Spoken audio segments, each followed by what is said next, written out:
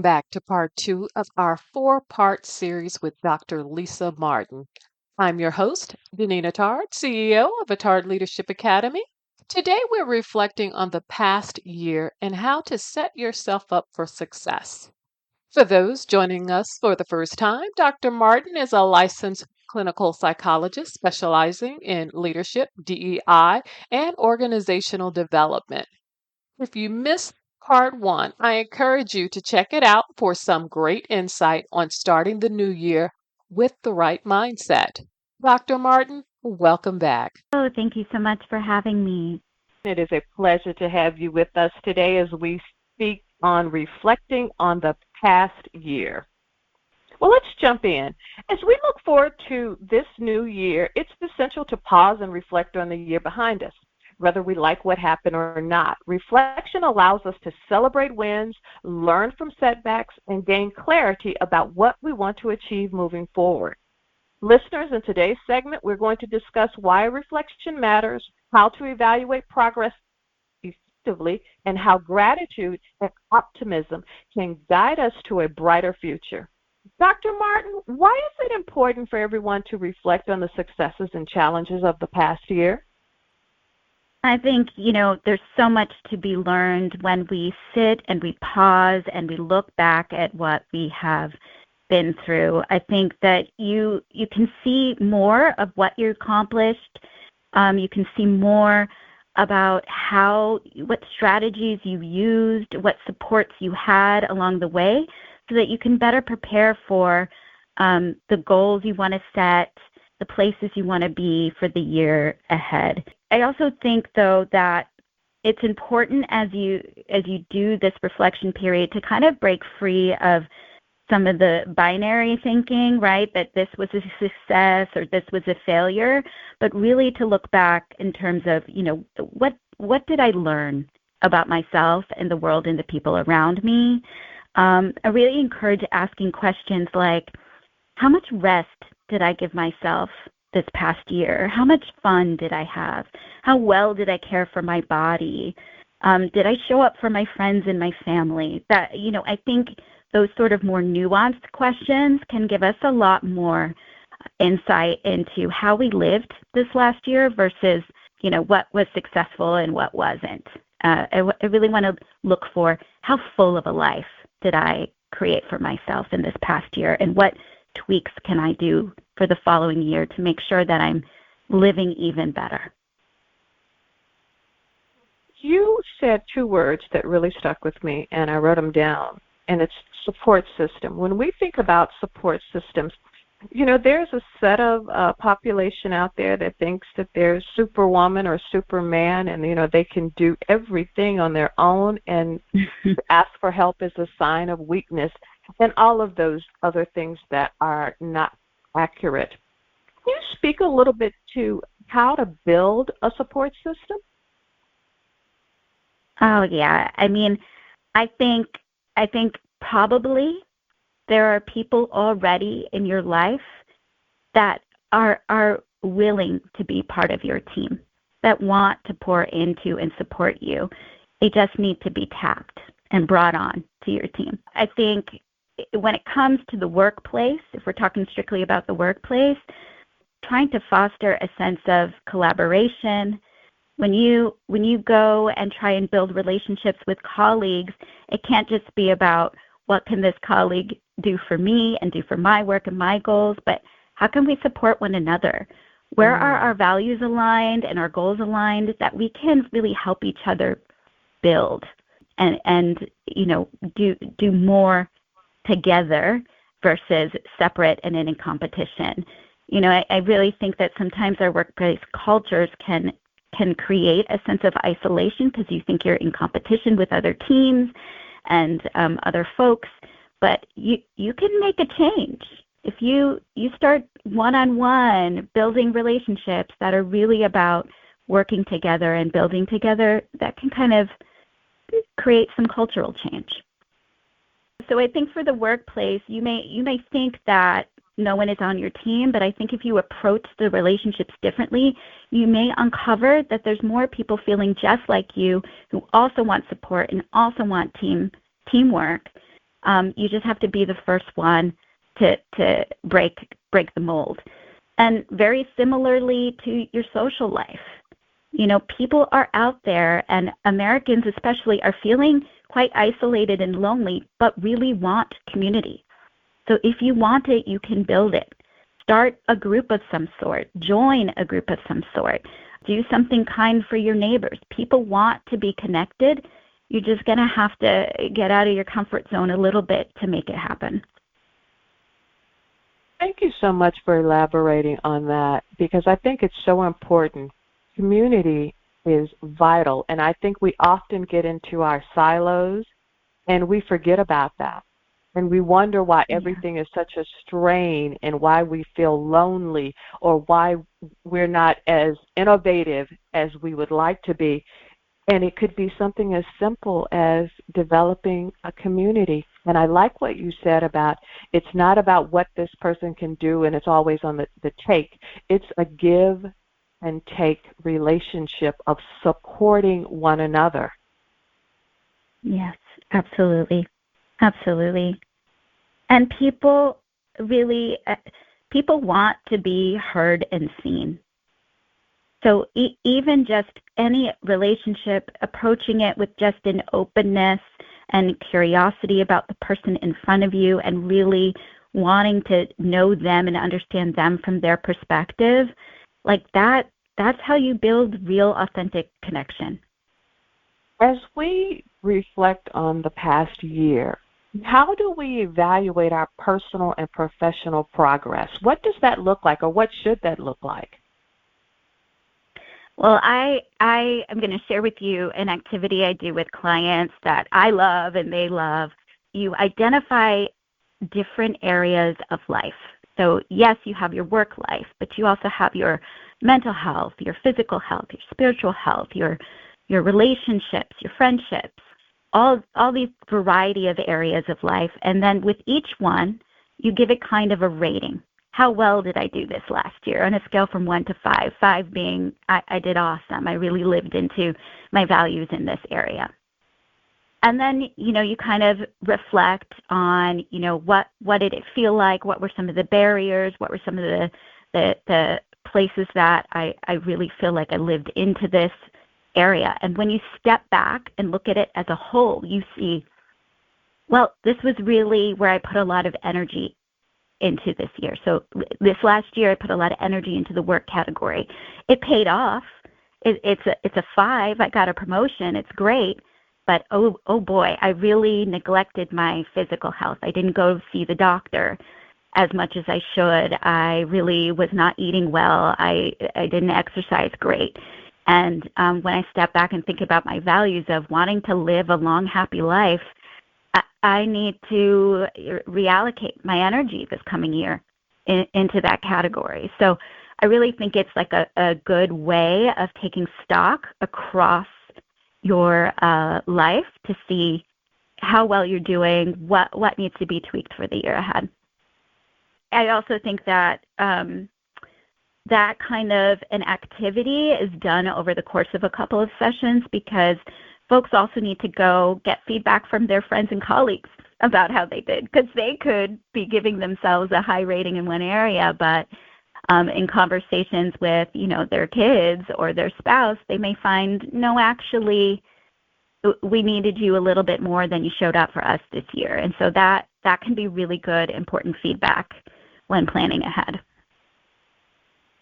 In the work environment, I would say to keep in mind that when you're asking for feedback, this should be from someone that you value, you respect, and you trust, and that you have some sort of a working relationship with that person so that they can really give you insight into what you did extremely well. You may also want to take a look at your year-end review. Hopefully, there were quarterly reviews or one-on-one sessions or more frequent that you have notes that you can look at and say, I did this really well according to the feedback that I received from X, or I need to build on this. Because if you're listening to this episode and you're thinking, reflecting on the past year, and you don't have anything to gauge it up against, meaning that reflection and journaling wasn't a part of your process, I'm giving you some ideas on how you can do that in a work environment. Look back through your emails on feedback projects to see what you accomplished and what measures you put in place to actually accomplish that goal, and where did you have some shortcomings. These are some outside resources that you can think of when you're reflecting back on your professional life to help set you up for success in the new year. Really thinking, too, as you're talking about that, the importance of having people in your professional life and home life who can give you real, honest, constructive feedback. Can tell you the things that are hard to hear, too, because sometimes even when you're going back and looking through those things, you're missing the undercurrent, right? You may be missing that people find it hard to read your emails, or your emails may have a certain tone to them, and you need to work on that. So, I think really trying to find people and forge relationships where an open and honest and full feedback is respected and necessary. When we're doing this reflection and we're looking back, and of course we have to look on our accomplishments as well as our failures. And I know some of you listening will say, no, it wasn't a failure, it was a learning opportunity. And to that I would say you are correct, because when you miss the mark, it is an opportunity to learn. And so that is how you shift from, oh, I failed, to, oh, no, wait a minute, I learned something new about myself. I also learned that this process or method didn't work, so I'm going to file that way for the future and keep that in mind when I'm planning going forward. I want you to specifically talk to how does this whole process of the reflection on our past experiences help us set better goals for the future? Well, I think it goes back to earlier about the importance of self-awareness. So when we're reflecting on the missteps, the learning opportunities, as you reframed, we really see ourselves, right? What are my own patterns? What happens to me when I'm triggered? What happens to me when I'm challenged? What sorts of choices do I make over and over again that lead me to the outcomes that I don't want, or have me doing things that are outside of my values and my purpose? So looking back really helps you learn more about yourself. And so you take that data, you take that feedback from people in your life, and when you look forward to the next year, you can plan better, knowing what is possibly going to be barriers and challenges you're going to face, and start to think about alternative ways that you can make choices so you don't keep doing the same thing over and over again. Which reminds me of the saying, the definition of insanity is continuously doing the same thing over and over again, expecting a different result. Right. And, I think thinking that you can change that by yourself on your own is also probably one of those mistakes. Like you need others to help you dream and envision and learn other strategies.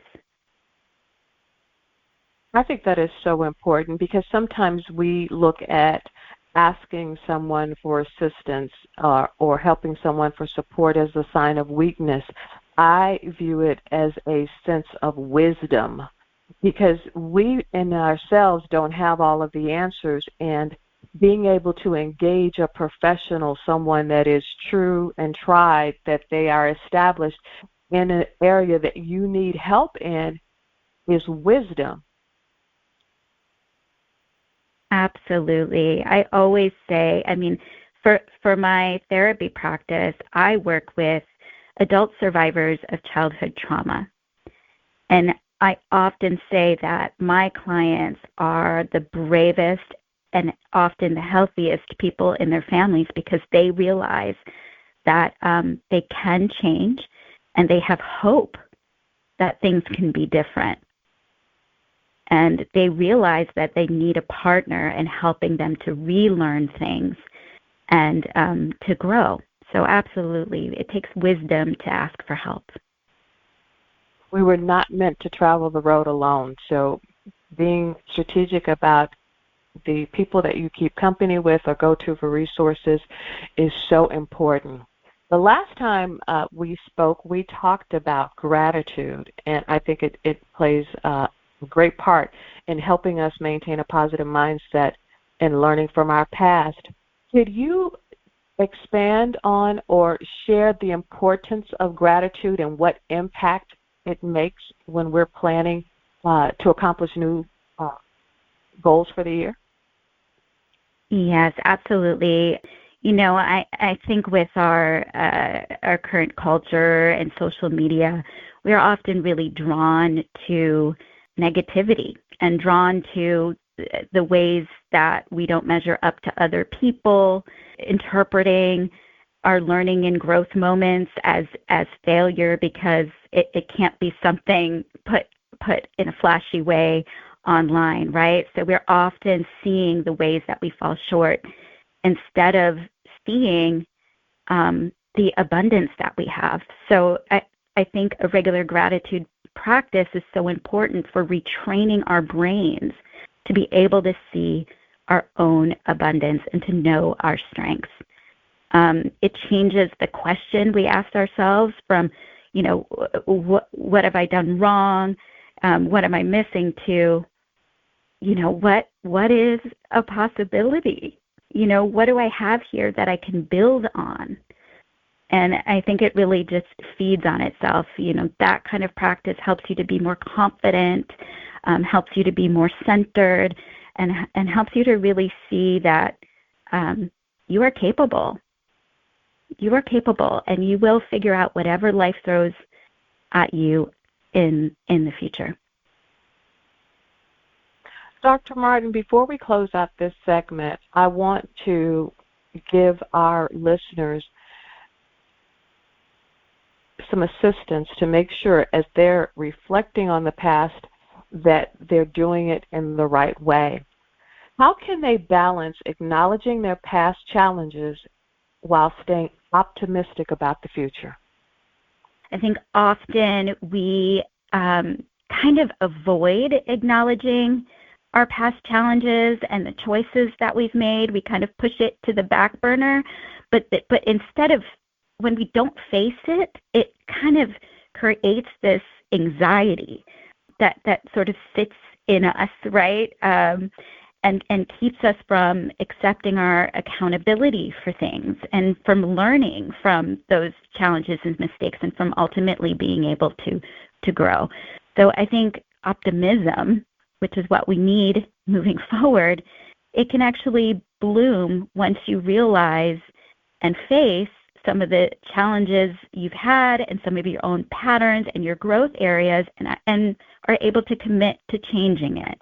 I think knowing about past challenges and being honest with them actually helps us to be optimistic about the future because now we know what we're dealing with and now we are able to identify some strategies for changing it. Great advice. Listeners, I encourage you to connect with Dr. Lisa Martin on LinkedIn. Her contact information will be listed in the comment section of this episode. Dr. Martin, thank you so much for sharing your insight today. It was a pleasure having you on the show, and I look forward to talking to you in our next episode.